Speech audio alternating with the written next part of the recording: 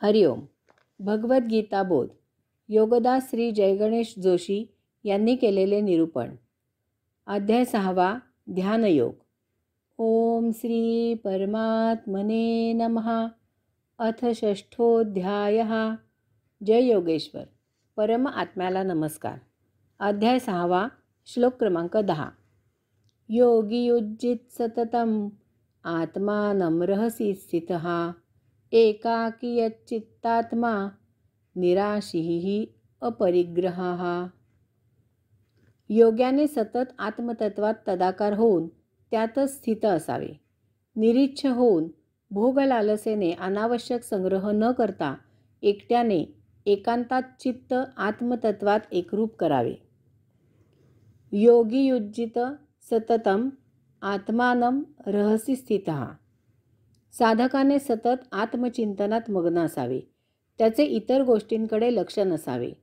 आपले स्वधर्माने प्राप्त स्वकर्म करावे आणि उरलेला वेळ आत्मयोग घडून येण्यासाठी प्रयत्नशील असावे.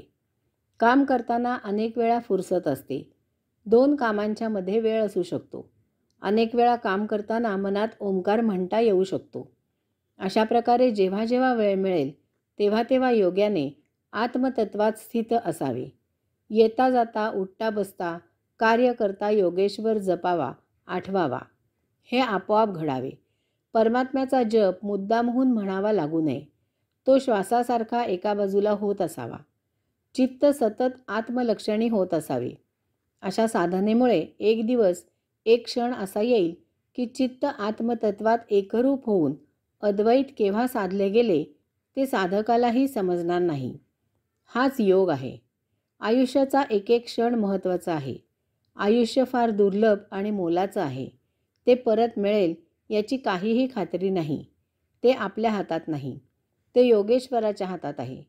त्याचे स्मरण करत असावे. त्याला अपेक्षित असे आणि तेच कार्य करावे. त्याच्यातच मग्न असावे. चित्त आणि आत्मतत्व अद्वैत झाले की साक्षात्कार प्राप्त होतो. नरदेहाचा तोच एकमेव उद्देश आहे. एकाकी यत चित्तात्मा. अशा प्रकारे योग्याला आत्मतत्वात स्थित राहण्याची सवय लागल्यावर तो एकांतात वास करू शकेल. याचे 2 महत्त्वाचे अर्थ आहेत.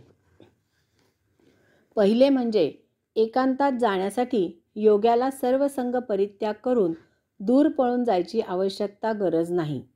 तसे दूर गेले तरी आपल्याबरोबर आपले चित्तही येत असते. त्यामुळे कोठेही गेले तरी आपण एकांतात जाऊ शकत नाही. कारण चित्तामुळे सतत संसाराची आठवण येत राहणारच.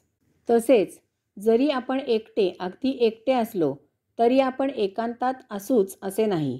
कारण इतर कोणी लोक जवळ नसले तरी आपण आपल्याजवळच असतो. आपण स्वतःला एकटे राहू देत नाही. आपण नसते विचार करून आपल्याला दुखते पण निर्माण करतो. तेव्हा एकांताचा अर्थ म्हणजे आपण एकटे असून आपले चित्त केवळ आत्मतत्वातच स्थित असलेले पाहिजे. दुसरे म्हणजे आपल्याला आपल्या समाजात राहून आपले काम करत असताना गर्दीमध्ये एकांतात राहता आले पाहिजे. यासाठीच भगवंत श्री सतत समत्वावर, समबुद्धीवर एवढा भार देत आहेत.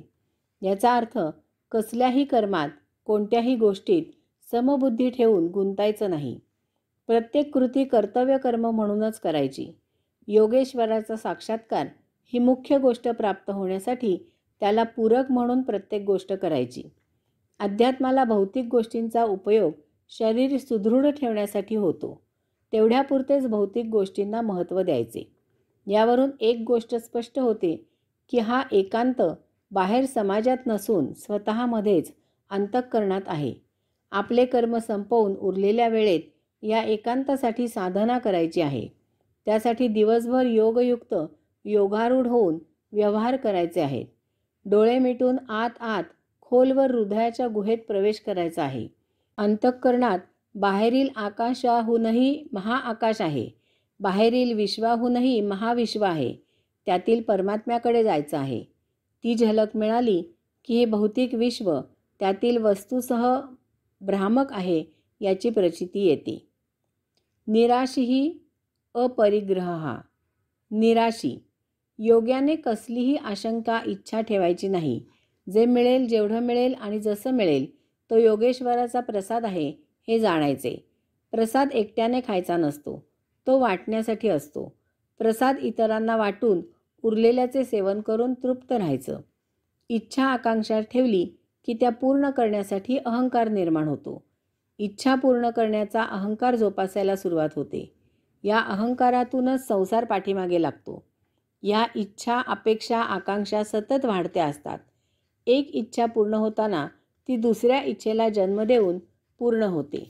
अशा प्रकारे इच्छा पूर्ततेचं दुष्टचक्र आयुष्यभर मागे लागतं. अहंकाराचे विष अंगात भिनायला लागते. इच्छा पूर्तता महत्त्वाकांक्षा निर्माण करते. महत्त्वाकांक्षा फक्त इच्छा पूर्ण करण्याचे जाणते. इच्छा पूर्ततेपुढे पाप पुण्याचा विचार गौण होतो. यामुळे भोग निर्माण होऊन जन्ममरणाचे फेरे चालूच राहतात. या फेऱ्यातून कायमकरिता बाहेर पडण्यासाठी हा नरदेह मिळालेला आहे. या नरदेही भोगापवर्गता समूळ नष्ट करण्यासाठी इच्छा अपेक्षा आकांक्षा यांनाच संपुष्टात आणावे. त्यामुळे अहंकार निर्माण होणार नाही. अपरिग्रह. अपरिग्रह म्हणजे संग्रह न करणे. याचा अर्थ समजून घ्यावा. संसार करायचा म्हणजे संचय करावाच लागतो. एरवी जगणं अशक्य आहे. संग्रह केला नाही तर कर्म करणं शक्य होणार नाही. कर्म तर सतत करायचं आहे. याचा अर्थ कर्माला आवश्यक तो संग्रह करायचा आहे. परंतु वस्तू वापरायला सुरुवात केल्यावर मनुष्य त्या वस्तूविना जगू शकत नाही. त्याला त्या वस्तूची चटक लागते. हे मालक आणि नोकर यांच्या संबंधांसारखं आहे. मालक हा नावापुरताच मालक असतो.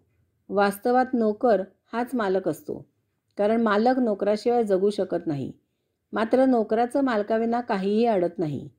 याप्रमाणे अपरिग्रह याचा अर्थ वस्तूला चटावू नये, वस्तूत गुंतू नये, अत्यावश्यक वस्तू जमवाव्या, बाकी कसलाही संग्रह करू नये. अन्न वस्त्र निवारा या मूलभूत आवश्यक गोष्टी आहेत. त्यांचा अर्थ समजून घ्यावा. यासाठी आवश्यक ते आणि तेवढेच संग्रही करावे. साधारणपणे 3 गोष्टींच्या संग्रहाबाबत जागृत राहावे. धनसंपत्ती. माणूस प्रथम गरज म्हणून धन मिळवू लागतो. धन मिळू लागले, धन मिळवण्याची कला साधली, धनाची भौतिक उपयुक्तता समजली की त्याला धन मिळवण्याची चटक लागते. नंतर धन मिळवण्यासाठी म्हणून तो धन मिळवू लागतो. हीच त्याच्या अधोगतीची पहिली पायरी असते. हे असे धन मिळवताना तो अन्न वस्त्र निवारा याकडे पाठ फिरवतो. धन मिळवण्याचा मूळ हेतूच विसरतो. भूक लागली तरी वेळेवर जेवत नाही. वेळेअभावी धड कपडे घालत नाही की धड संसाराला वेळ देत नाही. धड झोपत नाही. त्यामुळे शारीरिक आणि मानसिक रोग उद्भवून घेतो. लोकसंग्रह. माणूस लोकसंग्रह करतो. घरचे, नात्यातले, शेजारी, ओळखीचे असे अनेक प्रकारचे लोक आपल्या सभोवती गोळा करतो. त्यांच्या प्रेमबंधनात अडकतो. त्यांच्याशी जवळीक करतो. मग त्याच्या या संग्रही झालेल्या माणसांकडून अपेक्षा वाढू लागतात. मैत्री केली की शत्रुत्वाचे बीज आपोआप रुजू घातले जाते. तो त्यांच्या वैविध्यपूर्ण स्वभावामुळे, कधी क्षुद्र व्यवहारामुळे दुःखी होतो. विचार. माणूस विचारांचा संग्रह करतो. या विचारांच्या विचारात तो आपले वर्तमान जीवन जगण्याचा आनंद उपभोगायला विसरतो. सतत विचारात मग्न असतो. विचाराने त्याची झोप उडते. विचारांमुळे त्याचे चित्त आत्मरूपात तदाकार होऊ शकत नाही. यास्तव धन, समाज आणि विचार इत्यादींचा जगण्यापुरता उपयोग करावा. त्यांच्यात गुंतू नये, त्यांचा संग्रह करू नये. ते एकांताला घातक असते. हरिओम.